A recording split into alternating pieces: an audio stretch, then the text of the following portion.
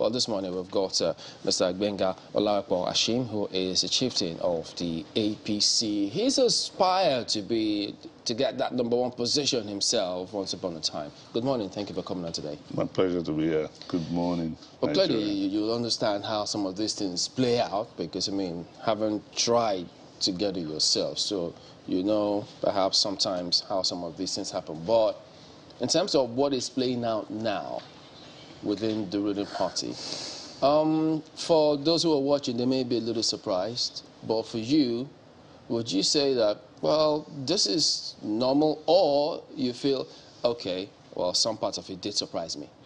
Well, it's normal politics. And you've been around as long as well, too. A veteran of many conventions like this. It's politics. So let's keep the pressure normal. We had a statement from the party chairman who said the party had presented a consensus candidate. We have had reactions. This is normal. And no matter who had that distinction, others who are not presented will cry foul. And that's normal politics. But now, what I expect at the end of the day is that before voting takes place, there will be a lot of discussion as to what is the best for the party.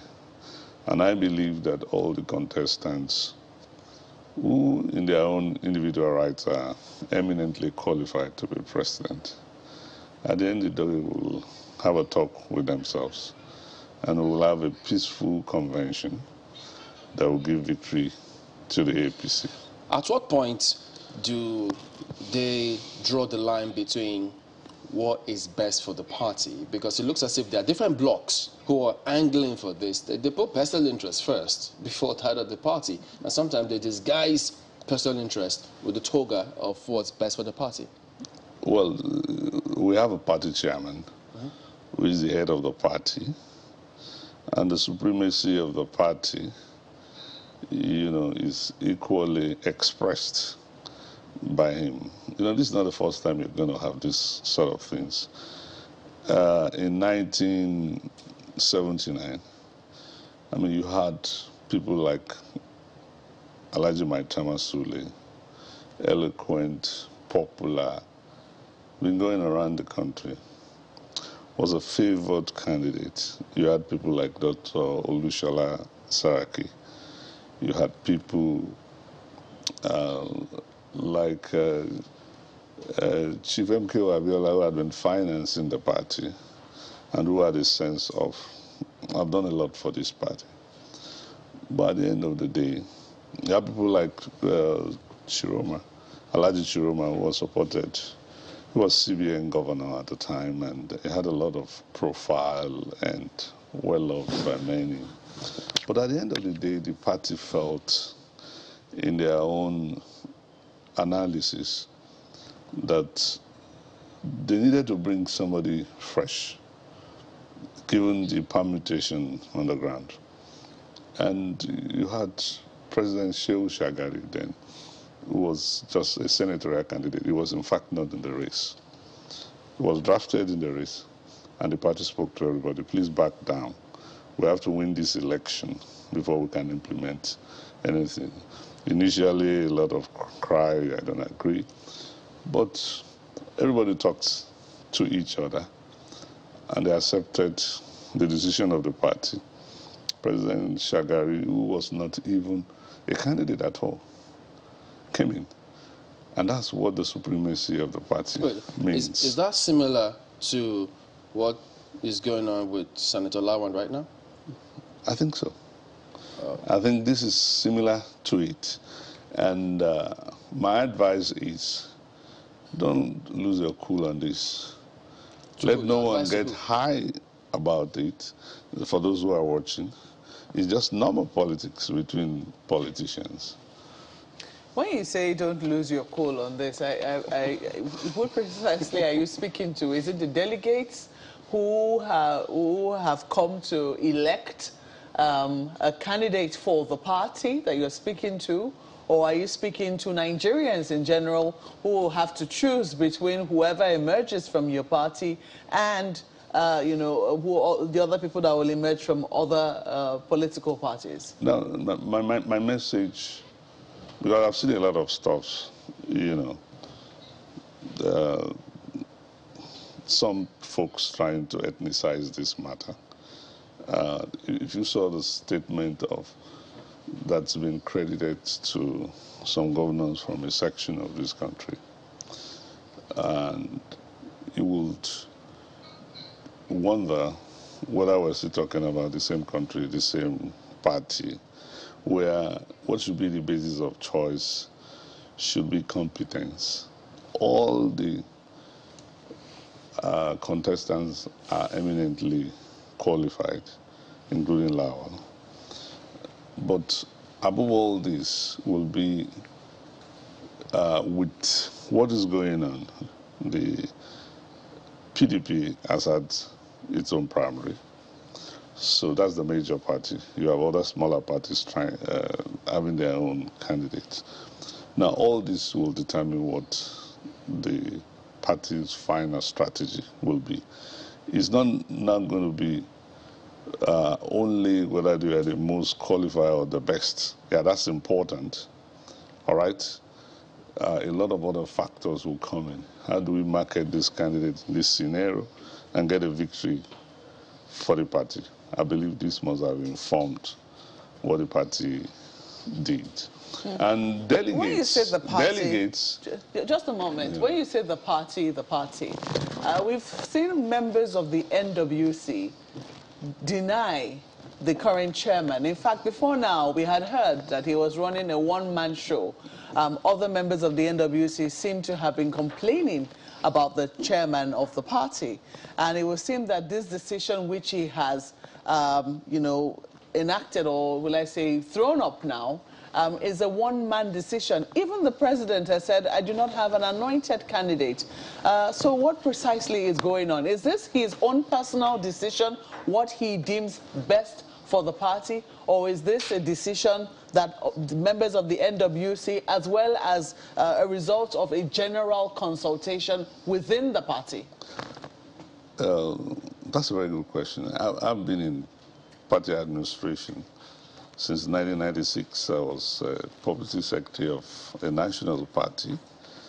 In 1999 as well, as one of the founding deputy national public secretary of the PDP, then the whole PDP, not this present PDP. And I'm familiar with this stuff. At the end of the day, you're not going to have everybody 100% agree with a decision, even of any organ of the party. Minority will have their say, majority will have their way. The national chairman is a very experienced party administrator. He's been in the MPN since the Second Republic. He was chairman of Governors Forum early in this republic. He was chairman of the Northern Senators Forum. He has a lot of experience. He's a lawyer. He understands the constitutionality of everything. Now, there will be dissenting voices. And even before this decision was announced, just as you said, there were already dissenting voices. But when did we start hearing these dissenting voices? Just last week, as we were approaching the national convention. So this is normal politics. At the end of the day, I believe that all the interests will be aggregated, addressed, and the APC will have a united convention. And the fact that the national chairman announced a consensus candidate does not preclude the right of those who want to go ahead to the convention grant to contest. But that announcement doesn't subsist, does it? Well, there is no one else in the party hierarchy, for now, who is superior to the national chairman. Okay. And under normal circumstances, we say the president will not normally make an announcement of the party candidates. This is outside his prerogative. All right. We've since been joined by Honorable Benjamin Kalu, who is a member of the Communication Committee of the Convention. Good morning. Thank you for joining us today on the program. Well, it does appear as though the communication coming through from all of what is going on seems to be chaotic. Many just think that they've never seen, it seems to be going in almost all directions. What is going on? Thank you very much, Chamberlain. Nothing is going on. This is just a reflection of what happens in a big party as large as the APC. We knew you were going to almost say that, didn't we? It's normal in the sense that this is the season for it, where we want to bring out an individual that will lead the nation. And a lot of interests will always play out. We have people who are for one candidate, those who are against one candidate, those who are for the next, and those who are against the next. And it is expected that these activities will be ongoing. It shows the process of democracy. You know? Okay. The information that you're getting, some are coming from credible sources, some are being played out by the media. Sorry. Honorable Kalu, my apologies. We have to fix your mic. So just a minute. But Mr. Shim, what he says, look, you both seem to say, well, this is normal for a big party.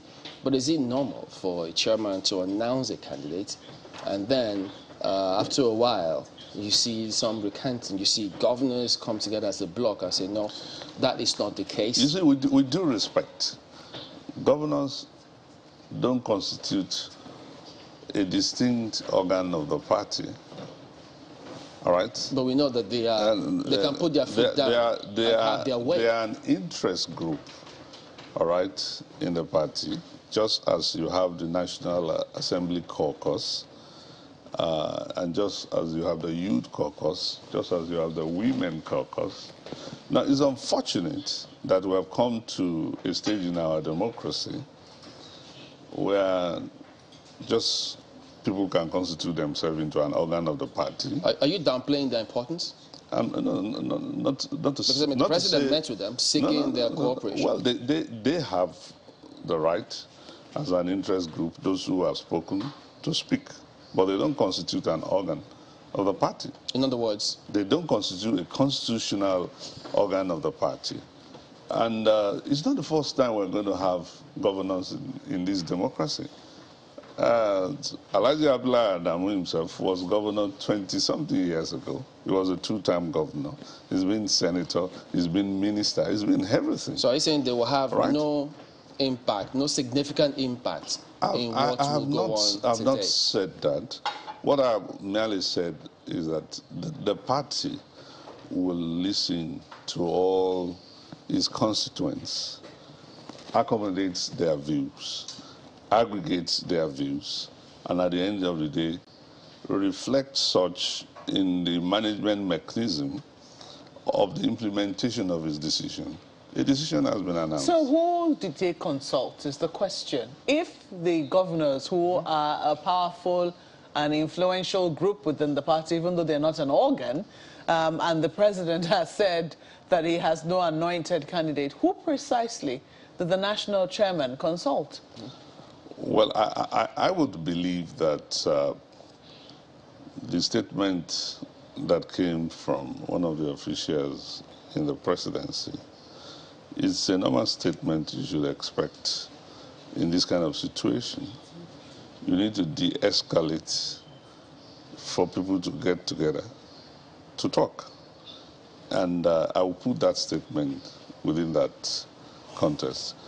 At the level of the national chairman, he couldn't have made such a big statement without having done the consultation. So who do This you is think? what I would want to believe, and I'm not speaking for Consulting the with presidency who? Consulting with who or precisely? for anyone. Now, but the take home here is that at the end of the day, those who don't agree have a right to go to the convention ground All right, Honorable Kalu. and contest. Pardon me. They do Go have. ahead, please. You're making a point before we went to correct your mic.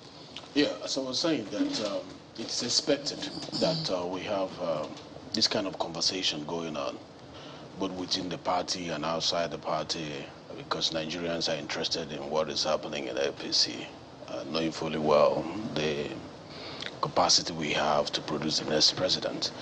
And I am happy, personally, with the list of individuals, screened for these events to take place. They are credible individuals. They are not pretenders. They are real contenders. These are people who have proven themselves in various fields of life. So I'm happy we have an array of a lot of them. But you see, where you have the aggregation of good leaders, there will always be one that is the best among equal. And that is what we're trying to select. And the process of achieving that will be done according to the law. I say so because we are those who have been the disciples of democracy, and we have tried to project the ethos of democracy. Recently, the House, which I speak for, but today I'm not speaking for them in this program, I'm speaking for the Convention Committee, looked at electoral reform and considered various sections of that electoral act to accommodate what is the expectation of the masses with regards to reform in the sector. 84, Section 84 comes to mind, 84.9. And we are saying the process of these selection will be done according to law. If it is indirect, if it is direct, if it is consensus, that's a process laid down by law. And we're not going to disappoint Nigerians in making sure that this process is followed. So those who are actually complaining or heating up the politics should not bother themselves, because the leadership of our party and the nation will not untwist anyone. We will go according to the law, and that is what you're going to expect today. From the announcement yesterday, yes, the northern governors seem really angry in terms of that announcement that was made by the national chairman announcing the candidates as consensus, which they eventually rejected and says no, that they insisted it's got to come from the southern part of this country. What can you tell us about how that went on? How did the national chairman arrive at that decision? Because now many think the convention committee may have a lot to handle, because if they seem not to gather in this state, coming into the convention, you just may prepare for a lot more than you thought. Yes, definitely yes. The northern governors, they are major stakeholders in our party. If you like, the progressive governors, they are major stakeholders, and their opinion should not be thrown to the trash can. They control a whole block of the lifeblood of our party, and based on that, if there's an opinion from them, the party is not going to throw it away. But the harmonization of such opinion will always be done with the spirit of the supremacy of the party. At the end of the day, we will always hold our party supreme to whatever views that each of the stakeholders, want to express. I say so because both the president, the governors, the delegates at the moment, because people are not even talking about the delegates. It's as if they are not existent, but they are occupying a huge, stakeholders' position, because they are 2,322 individuals who have come in from all parts of Nigeria. They have a say, and that is what we are going to ensure that their say is not going to be, disregarded. So where the information is coming, what is playing out is the interest of the North, the governors from the North. They are saying for cohesion, you know, for loyalty, national cohesion, let's do a balancing. You know, we are a little to the left, a little to the right to bring balance into leadership. That is their opinion. Do you stand with the governors, or you think that the consensus candidate, as announced by the party chairman, is the way to go? As I'm speaking for the convention, I will not take sides with any of them. I will not take sides. You're not an interested party? I'm a delegate myself, yes. And I will not announce my results, my votes on air. I won't do that. But you see, I've had a lot of people come here to speak for one candidate or the other. You know, I am not speaking for any candidate. I'm speaking for the party, and the party is, you know, charged with making sure that whatever decision we come out with will help nation building, will help us to increase cohesion in the country. So however we achieve that, it will be done in a respectful manner that will carry everybody along. Let's take this conversation to Lagos. Honorable Kalu, let me begin with you. You said something about aggregation of thoughts and opinions now, and that they have to, while those are valid, the position of the party is going to be supreme. Question that comes naturally to mind is, if the critical stakeholders, such as the governors, almost all the governors of the APC agree that, you know, the presidency should come, the presidential candidate of the APC should come from the south of Nigeria, and there are some members of the NWC who are already, you know, unhappy with the decision that has been taken and statement put out, who then is or are the party? The party involves the stakeholders, like I mentioned to you, and our constitution, with regards to these primaries, have.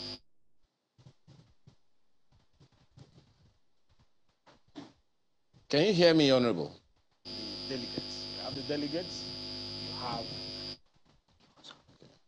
Well, I'm not very sure. I think the microphone, your microphone is still a little, still needs a little bit of attention. Well, maybe I should ask Sir Olawe Hashim. I don't know if you can take on that same question. And you have also spoken to about the same thing, that whatever the party decides is the way to go. If there is not so much consultation, it would seem, with relevant critical stakeholders like the political, like the governors, who, as we all believe, hold the party machinery of their various states in their hands, determine to a large extent the people that will show up as delegates at the party, at the convention. If their opinion doesn't seem to have counted, and that statement has gone out, to perhaps to ask Chamberlain's question in a different way, isn't there already a serious crisis that may mar the outcome of the convention of today? Well, I do not think we're going to have a crisis. While I can speak directly, I'm not an official of the convention committee. I'm a delegate. I'm free to express my view. I've always maintained that we don't have to choose the president of this country based on region or ethnicity. That's been my long-held position. That has never been the case for a long time in this country. And the conversation around the ethnicity of who leads Nigeria has ended up fracturing the polity more than uniting the country. What we need to do as a country is to pick a leader that is competent, a leader that can unify the country, and a leader that can deliver votes to the APC. The APC delegates who are the greatest stakeholders who are going to vote today are going to be considering these issues. And I believe that they are watching and listening to all the advisories from various quarters. Whatever statement anyone makes are just advisories at this level. At the end of the day, the delegates are going to make up their mind. And I believe that the position of the party, which has been announced by its national chairman, will take all these views into account to ensure that at the end of this convention, we go as a united family and achieve results that can unify the Nigerian state, stabilize it, and then give us a leadership that will be able to address the core issues that affect Nigerians, which are issues such as security, the challenges of infrastructural development, jobs for the people. So I think these are also very important elements in what we do as political leaders, rather than just whether the president comes from the south, north, or wherever. This has been my own long-held position, and this will influence my vote today. I will vote for a candidate that I believe is good, a candidate that will address these issues, regardless of where that candidate comes from. Mr. Olawepo Ashim, little as consultation may have been in announcing Senate President and aspirant Ahmed Lawan as the consensus candidate, I noted that the national chairman said he made that announcement after consulting with Mr. President. Now, would he have made that announcement lightly, or is perhaps Mr. President processing his anointed successor through the national chairman of the party? Like I've said, the national chairman is a very experienced administrator, both at the party and the governance level. He could not have done what he did frivolously. And I will expect everyone, including officials in the presidency, to be cautious and make sure that they don't end up undermining the party leadership. I mean, this is very important. As an experienced politician, I know the president is not going to come to the television and say, this is my candidate. If he has any candidate, he's going to say, Mr. Chairman, these are my views. So anyone can come up and say whatever they like, but at the end of the day, the chairman is the chairman of the party, and for now is the most superior national officer of the party. So should we be surprised at the end of the national convention, today or tomorrow, if the Senate president and aspirant emerges winner of this contested primary?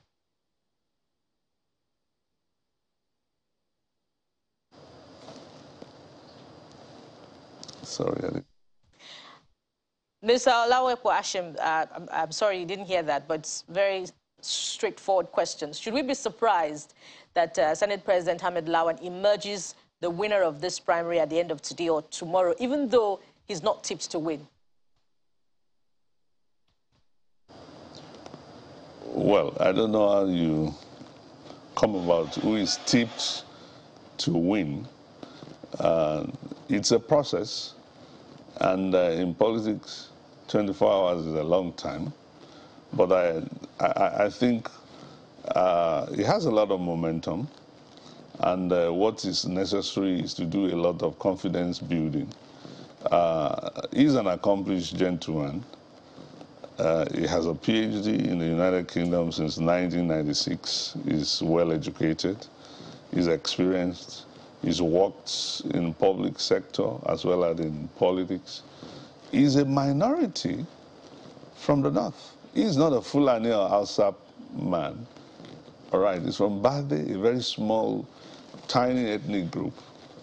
I believe that it will be a good testament for Nigeria that someone from a minority group can be president of this country. It helps the country, it helps national unity, that you don't have to be from any of the big tribes to be considered worthy to lead the country. And I believe that that's a strength for, it will be a strength for federalism. Let me This is ask my opinion. Yes, Honorable Kalu, you mentioned the other time that it would seem that no one is talking to or about the candidates, so let's speak to that.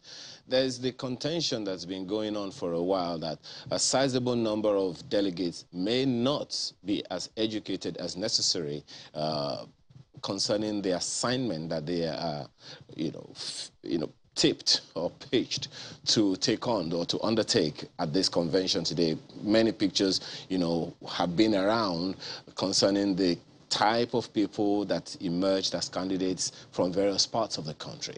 So the question then would be, in your opinion, do you think we have sufficiently, significantly engaged the delegates, engaged the contestants that they are going to be selecting from, concerning what they intend to do to make the country a better place? Such a debate has not been made public, but one is wondering if such a thing ever took place, if the delegates have the dossier of the contestants and what they plan to do for the country, maybe or maybe not in line with the APC manifesto. Yes, let me make this clear that like I mentioned before, these are not pretenders, these are contenders. And in contending, they've been using every marketing tool to showcase themselves. If you open your television channels, you'll see them, reaching out to the delegates. And beyond the boxes of television and radio jingles, these ones have been on their tours, visiting and consulting with these delegates across the nation. Even up till 3 a.m. this morning, you'll be shocked to hear that even the man that is being acclaimed to have been favored was on his toes, reaching out to people. I was in one of those gatherings around 3 a.m. in the morning, and Senator Ahmed Lawan, President of the Senate, was there, I watched him address 5 states from the Southeast. I also saw the Vice President reach out, conversing and letting people know what they are bringing on board. The same for Amechi and others. So this is the true spirit of democracy, whether the delegates have been well informed. The information prepared by these contestants, they are all over the place. The literatures, the jingles, the messages, they've been well educated. And we cannot cast aspersion on the capacity of the delegates selected through various local governments as being, they are not capable to do the job. No, they are well experienced. Most of them know what the nation needs at the moment, knows what the party needs at the moment, and they'll be showing it with their votes. So it is going to be purely democratic process, and that's the message I'm sending to Nigerians, that whether it is a favored candidate, when we address, even the President of the Senate did not call himself consensus candidate. He called himself an adopted candidate, preferred candidate. And nothing is wrong with Mr. President, maybe through the chairman, saying this is who I prefer. But such preference will go through the whole 9 yards of legitimizing it in line with the spirit of the Electoral Act. And this convention and the convention committee will make sure that there is compliance, to the dictates of our law. So the delegates have been well equipped. I must say that they are well equipped to, to make this decision, and the opportunity will be given to them to make this decision. Just like Mr. President said, the delegates must be given the opportunity to express themselves, and they will do that. And I'm happy with what the candidates are doing so far. Let me come back to you, Honorable Kalu. I know that there are so many other issues to pick up with Mr. Alawipo Hashim. But you spoke to the law the other time, so I'd like to take you up on that as well. And this is concerning, you know, a little reference to this previous clip you saw before we came on, and that is talking about this whole consensus thing. Going by the provisions of the law in Section 84 of the Electoral Act 2022, with such a short time, how do you see this consensus card playing out if that is in any way in contention? Yeah, like I rightly mentioned before, in the course of the electoral reform, the National Assembly deemed its right to prescribe the modes of conducting primaries. We went back and forth with 84 with regards to indirect, direct, and we finally added consensus. But this consensus has been given preconditions, pre-qualification for it to qualify as a legal process recognized by law.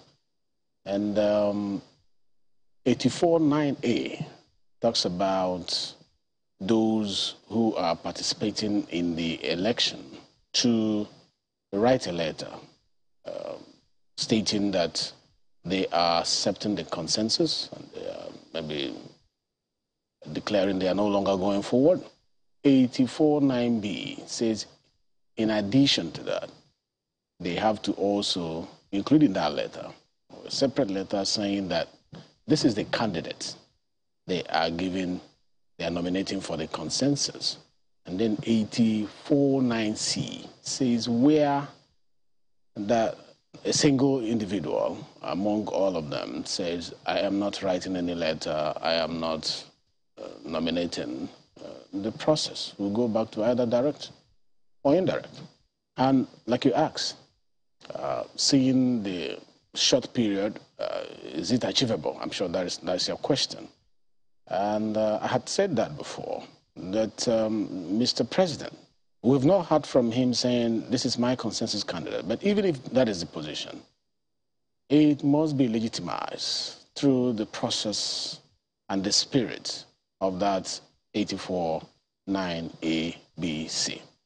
Because anything short of that will be offensive to the existing legislation, which INEC, as the observers of this process, might raise doors, or any of the candidates could raise doors on that. So our eyes are going to be sharp enough to make sure that granted, but not conceded, as a member of convention committee, that a particular candidate has been chosen.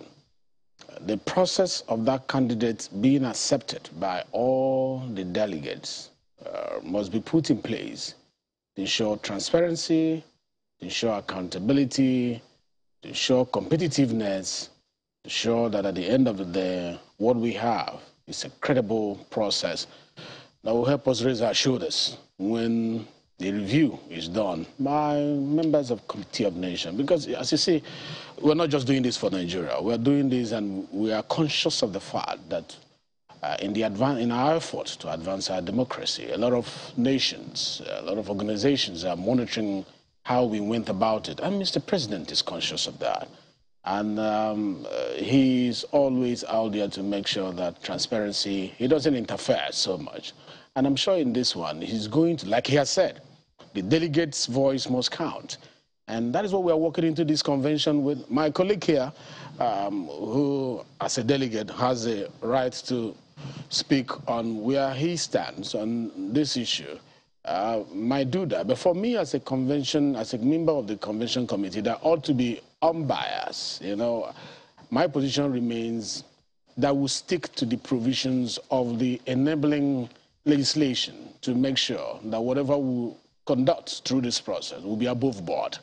So that's my position on that. Well, Mr. Hashim, you did say that the position of the party was announced by the national chairman. Both of you, incidentally, are delegates. Well, you appear to be free to announce where your vote will go. He thinks he's not going to follow that route. So this kind of gives us an idea of what to expect at the convention in terms of how this might play out with the delegates. But at the end of the day, given how this has gone, I know both of you say this is normal, but do you see the party pulling together, especially when certain candidates who thought that they were going to get the ticket? I know all of them think so, but some perhaps, you heard former Governor of Lagos, Tinubu, spoken about how he thought he was going to. There are several other people who play certain key roles. They thought they should get it. So if it then goes to maybe somebody completely who was not in the picture, how is your party likely going to pull together? What do you see playing out afterwards? Well, I think the leaders of the party are mature people. At the end of the day, there will be a lot of talk, and then there will be reason why we all need to work together. Everyone is eminently qualified, as we have said, among those who have put themselves forward. But at the end of the day, only one person is going to be put as the candidate forward to INEC at the end of the day. I went down memory lane, what happened in 1979. Maitama Sule was a fantastic politician. Chiroma and all of them, they were leading candidates. Were you disappointed? As recent. Just sorry to interrupt your thoughts. I know that you went down memory, and then you were much younger. Yeah, you are much younger and perhaps more aspirational. Then, as a younger person, for this fine candidates whom you talk about, because it seems you still remember them with plenty of relish. Were you, these are fantastic were you disappointed that those kinds the of candidates did not emerge? I wasn't disappointed. Now, there's a difference between the politics that we had in the First and Second Republic, which was ideological, and drove growth development in this country, and the type of politics that we're having now, which is tending towards sectionalism and all that. The country was better united at that time, and nobody put forward their personal interests above national interests, and that's what the country should be. You know, why I'm asking you this question? Because would you allow me to just finish my thoughts? I figured that you had answered the question I posed to you, because I asked you if you were disappointed, and you said you weren't, and you talked about the ideology of the politics that drove the politics at that time. But I'm looking at now, because we've seen so many amendments to our Electoral Act. We've seen a need to want to better our democratic process. Even members of the National Assembly, Mr. Honorable Kalu here, I mean, we saw the shenanigans that went on, the back and forth that went on with the Electoral Act, trying to entrench democracy within parties, internal democracy, so that the parties can... we should commend the National Assembly for this. Exactly. And who are those who scuttled that? Should we then wonder... These same super governors. Exactly. Should we then wonder... And why are you bringing... I'm bringing that up because you say that this is a decision of the party and it should reign supreme. The members of the National Assembly in this democracy, particularly in this National Assembly, worked very hard to do things that we were not able to achieve in 20-something years. They wanted direct primary. Yes. They wanted every party member to have a say in who becomes a candidate. Some super governors scuttled this. Now, we're going ahead on this track again. For how long? And then now we have, just a moment, Chevrolet, and now we have a supranational chairman who is about to scuttle the super governors? Well, I don't think he's a super national. All right, gentlemen, we need to wind down. Honorable Kalu, what do we expect? Consensus or indirect voting? What we expect between now and when the time for the election will start is, like he mentioned here, process of conversation, discussions. So it's not clear they are not, how this may go. It will be determined by the dynamics you know, that will play out between now and then. Okay. If, like I gave you a condition from that section 84, 9A, B, if all of them came together and said, we are signing, this is who we want for consensus in line with the law. Okay. Consensus will take the day. But if that doesn't happen and the conversations don't go the way that will embrace the opinion of all the delegates and all the people contesting, the party owes it. You know, the leadership of the party owes it to the membership of the party to make sure that a democratic process is used to determine who becomes what. I know you think the governors want to scuttle it, but what... No, I didn't say all the governors. I said super governors, just a few of them who feel they're bigger than the party. All right, so what should we expect at the process today? Consensus or indirect voting? Well, I expect that at the end of the day, all the processes laid down in the Electoral Act will be applied. He's giving us assurance as a member of the committee. You know better when you pose this kind of whether it's consensus or whatever. Yeah. Everybody, they will express themselves through their votes, as the president has said. Yeah. All right. And at the end of the day, we will shake hands and be a united party. Thank you very much indeed. And face PDP and have victory. Benga Lawan, the grace of God. Is an APC chieftain. We've also had Honorable Benjamin Kalu, who is a member of the Communication Committee of the APC Convention. Gentlemen, thank you both for coming on this morning. Thank you so much. Thank you for having me.